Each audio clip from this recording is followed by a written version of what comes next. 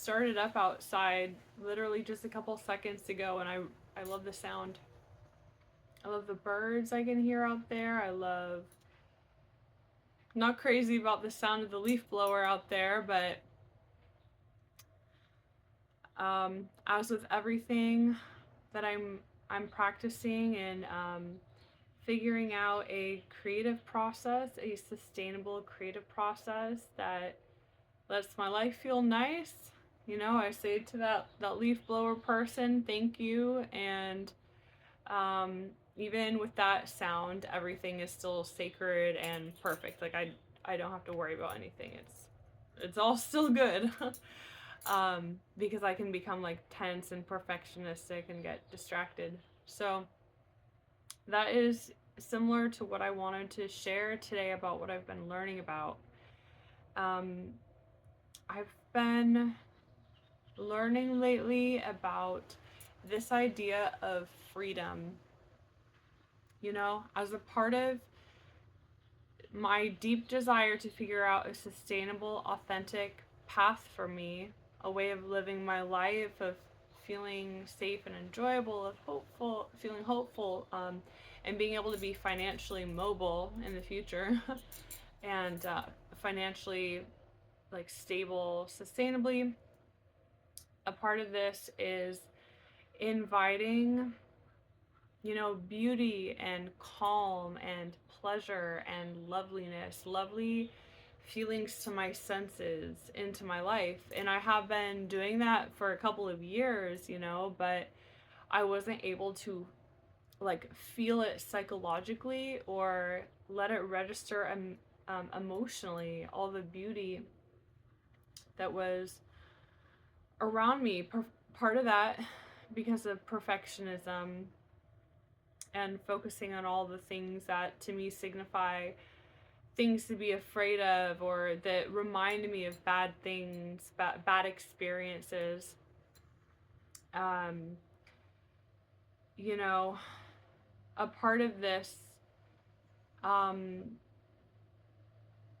being able to rest in beauty, being able to rest in just affirming to myself, like, oh, I get to decide for myself that it is in my values to drop my guard but still feel strong, to drop my guard, to let beauty and joyful experiences and loveliness in and not feel like that obligates me to things against my values or things that aren't appropriate for me in the moment, you know. I never want to feel like I have to exchange beauty for my integrity, or like I have to exchange lovely experiences um, for sacrificing my beauty protecting values, you know, my values born of my grief, born of my anger, born of my um, all those human emotions related to why the world isn't fair, you know, the guilt that we all feel to some degree, the shame that we all feel to some degree at some times. And I think it's a necessary practice for me in these parts of my life as a part of my practice of resting. It's a necessary part to practice enjoying beauty and enjoying things that I can understand with my senses, you know, and being able to just go slow and not focus on a um a outcome, a goal focused outcome, you know, not sacrificing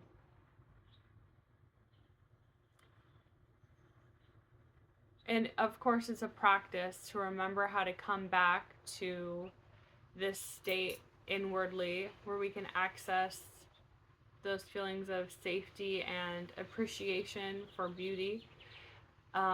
Anyways, not to get too off topic, I wanted to share this idea of freedom for me, which has been really helping me in my rest practice of of of resting my mind, remembering ways to rest my mind and rest my body that came naturally to me when I was young.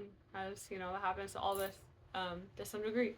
So this idea of freedom to me, how I'm practicing it, is the freedom to make decisions without worrying myself about, oh my God, is what I'm doing sustainable? You know, like if I have been out doing tasks and I come home and I feel tired, in the past I would be like if I lay down and close my eyes, oh, I'm slipping into mental illness, I'm slipping into sadness and depression and um oh, I'm like being lazy, or I'm not being normal, being able to stay awake during the day. Those are the kind of thoughts that would plague me and exhaust me and cause me emotional turmoil. And now lately I've been,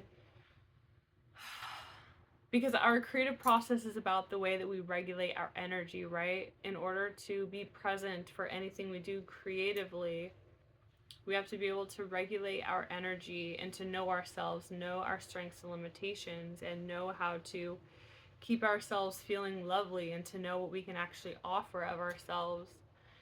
Um, so as a part of this, I've been having, instead, like if I come back from doing things, like today I went out, washed my car, cleaned the inside, went to the library, and when I came back, I was tired, and I set a timer so I could read for a little while before I make dinner, but then I was like, this feels nice laying down, I'm getting sleepy. And so I let myself just nap, and not having, not tolerating those thoughts in the back of my head of being like afraid or judgmental or feeling like I'm doing something taboo and wrong. And if I am doing something taboo and wrong, then I can affirm, like, yeah, I'm doing something taboo and wrong. Like, keep on, like, I can have fun with it, right? We can, like, be playful, mischievous with it. So I was napping, and I was intentionally, like, saying directly, like, this feels so nice. Like, this feels so right. Like, I am so grateful that I'm able to stretch my body and feel safe and feel in my body. I'm so grateful that I'm able to, you know, breathe and refill my cup, so to speak, so that I can continue taking pride in what I do, and in caring for my home and cultivating beauty and health, through just having a nice cozy place to live, and through having delicious and nutritious foods, and saving money, and all the practical, well, saving money by cooking, I mean. So all the practical things, it does fit inside, but that's not what's like jazzing me up, Like, my brain is kind of fried on that, like, really practical, strategic thing of just from too much time of me trying to, you know, using, having a way, a huge overemphasis on that logical, strategic kind of thing, to the degree that my feelings were just completely numb, and like just going in inauthentic directions, because I haven't been having the feelings, my feelings, not imagining what somebody's theoretical feelings could be, but actually experiencing my feelings in my own body and my own emotions. That's something that I'm relearning to do, and to notice the difference between. And that is really important, I think, in order to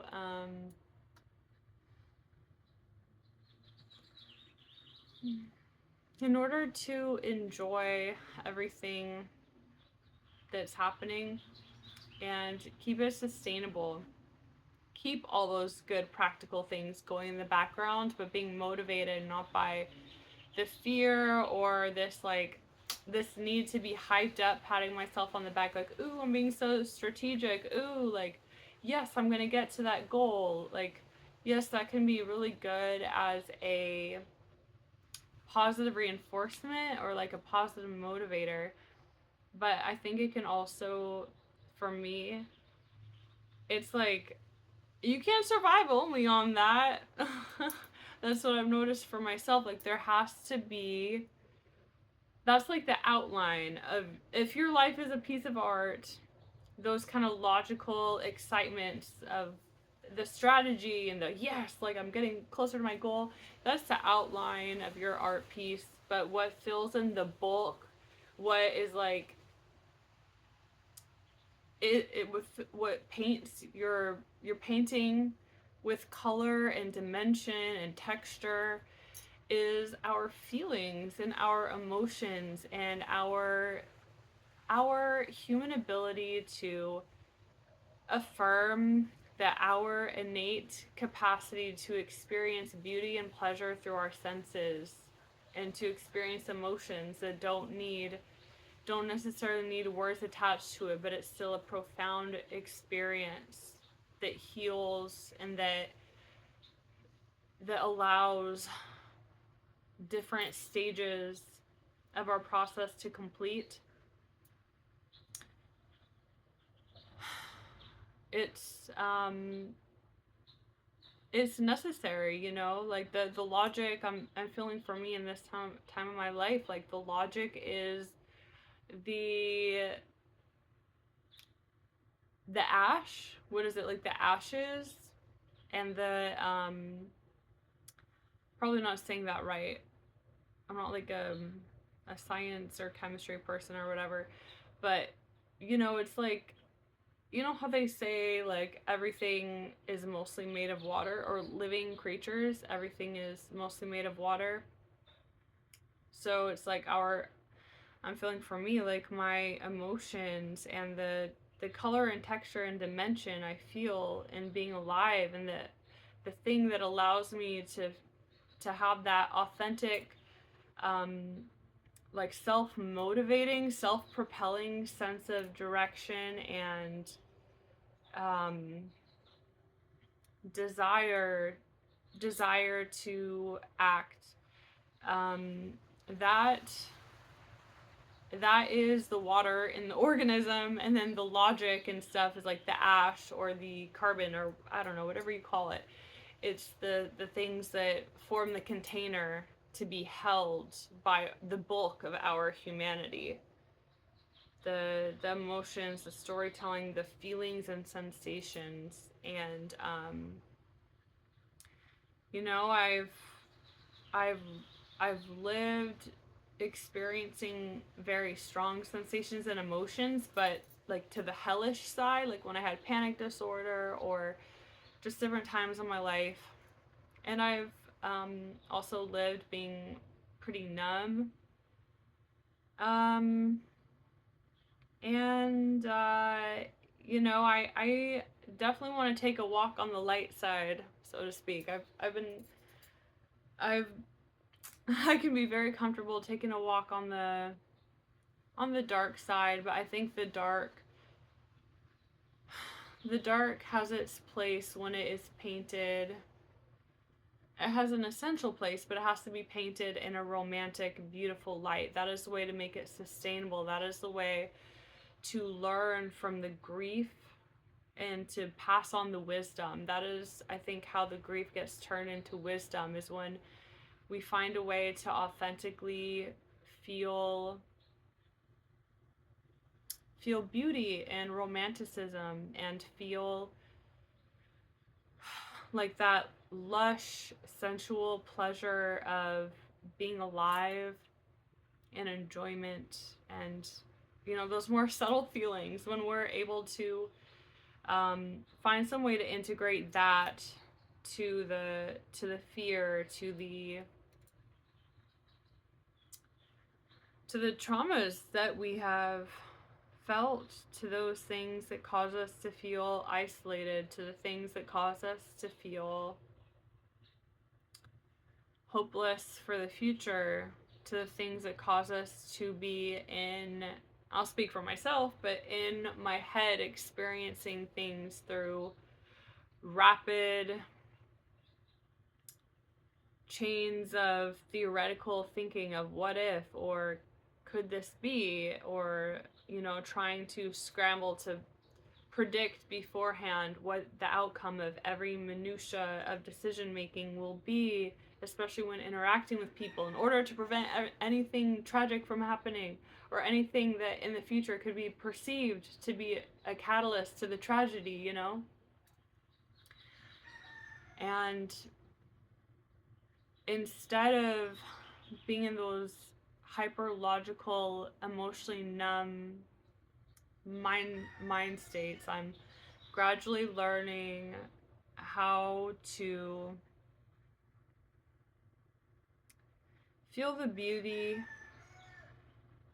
feel emotion in general. But I think some of that is messy in order to get to that point. Some of it is messy, which is why I'm focusing on freedom, because freedom to me means it is that defiant, rebellious, like prideful thing that is like, I'm going to experience things, and I'm not going to allow myself to stay trapped in these feelings of guilt and fear and shame for what it could mean, or what someone might think of me, or what all these things that stifle us and prevent us from freely experiencing that emotion, from freely experiencing the water and the paint of our lives that allows everything to feel worthwhile, and that allows us to find our own personal, authentic paths, our creative paths, where we feel in a sustainable creative flow, and where we can get further in our practical goals, but not by forcing and through pain, but through enjoyment and soft certainty, feeling soft and vulnerable, but stronger somehow through that also. So yeah, that freedom for me, how it's looking sometimes is looking like telling myself, like, when I'm out doing things and I feel afraid, or you know whatever the emotion is, whatever that distraction is, whatever the feelings of pain are in my body and mind, telling myself things are still sacred and beautiful as they are right now. Like, it is picture perfect. From, even if I don't have access to that perspective at the moment, like, trust it is still picture perfect. And other ways that I'm practicing freedom for myself are by, I guess it falls on the more practical side, but allowing myself to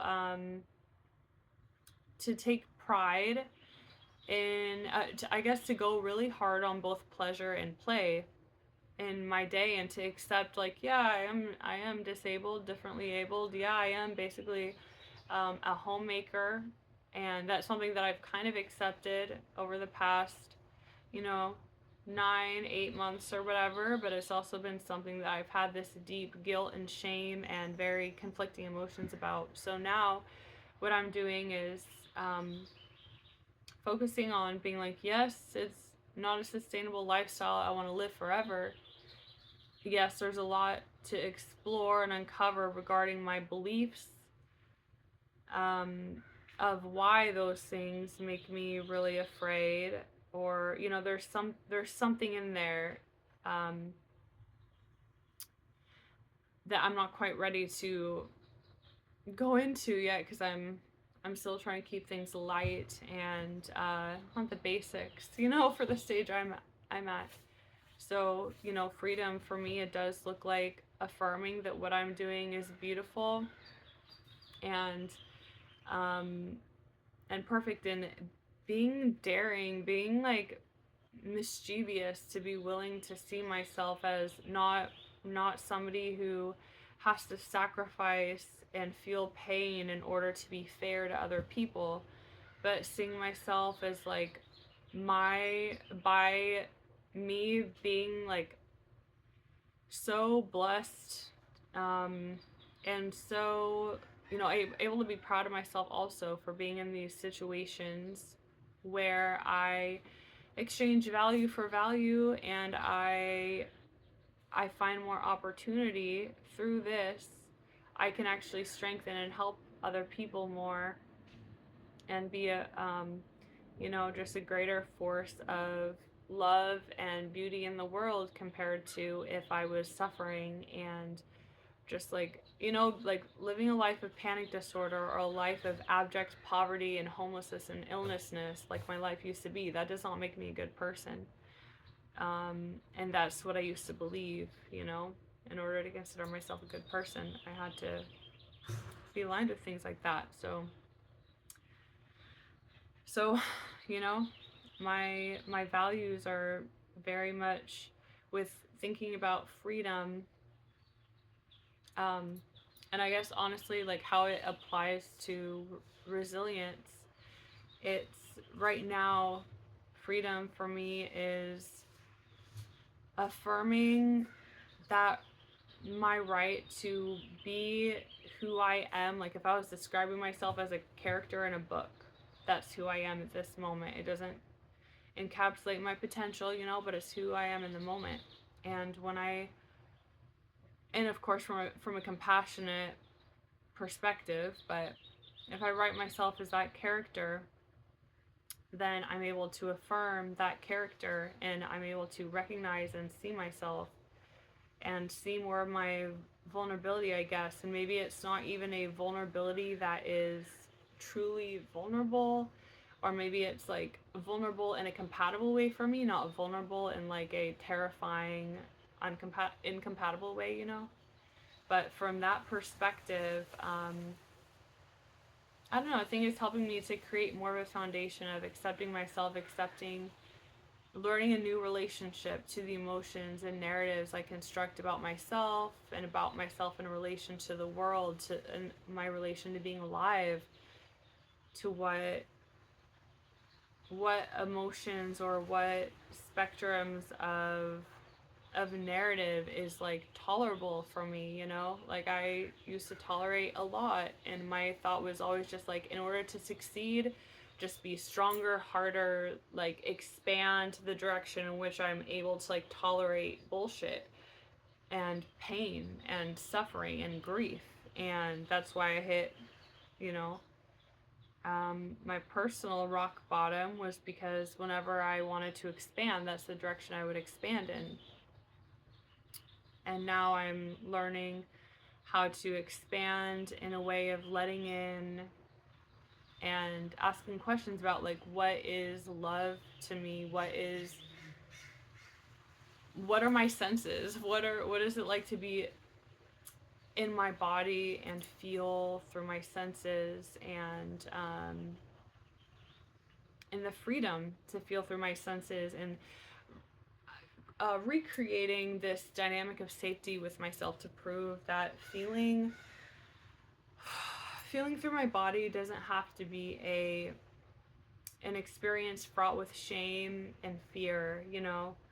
Like I can fully, like it's been a long practice, like especially like over the past year, like I can remember like I would, anyway, I don't want to get too distracted, so I won't start talking about that, but um yeah, basically with freedom, I am realizing like yes, I can play and work hard at the same time. I can find gradually, little by little, that beautiful middle ground where I do wake up. You know, I wake up at 6 a.m. and I do cook and I do some chores. I get ahead of the day. Then I go back to sleep. If I want, most of the time I do go back to sleep. I go back to sleep and I can nap and relax and stretch and be having it as like kind of this sacred time in my own mind and body where I am intentionally affirming that it's good to be alive and that I am doing beautifully by resting and breathing and feeling the stretch, feeling the small subtle movements. And it's okay for me, you know, to I'm trying to learn how to change my perspective in general to be more aware of my entire environment in the moment instead of tuning out the environment around me, tuning out my senses in order to just focus entirely like on my thoughts. So, yeah, freedom to me, I think it means setting setting the groundwork for inner trust, you know, giving myself freedom that I promise myself, like I am going to be making experiments and playing and trying different things, and I'm not going to judge myself harshly. I'm not going to set upon myself these narratives of tragedy, um of doom, of assuming everything's going to go south, you know. And like, you want to talk financial freedom, and you know, a part of that for me looks like acknowledging that debt is something beautiful and cozy because it is proof of the, while imperfect, it is proof of the resources available within the systems, you know, of our world today for people to enjoy beauty and go after opportunities, you know, um, and to try our best, try our hand to see what we can do. But you know, you can't set people up for failure in this system by also not having a way to undo the risks that we have made, and to, you know, there has to be a way of affirming like, no, like the risks were worth it, like being a human, taking risks, enjoying beauty, sharing good things intentionally, like this is worth it for everybody, and it is doable for everybody.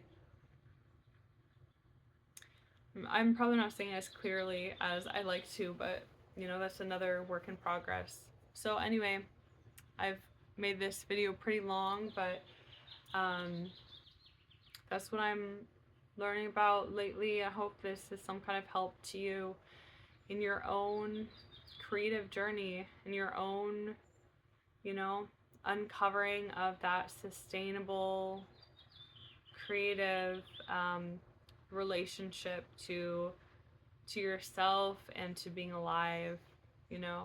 Um, so yeah, take care. Bye.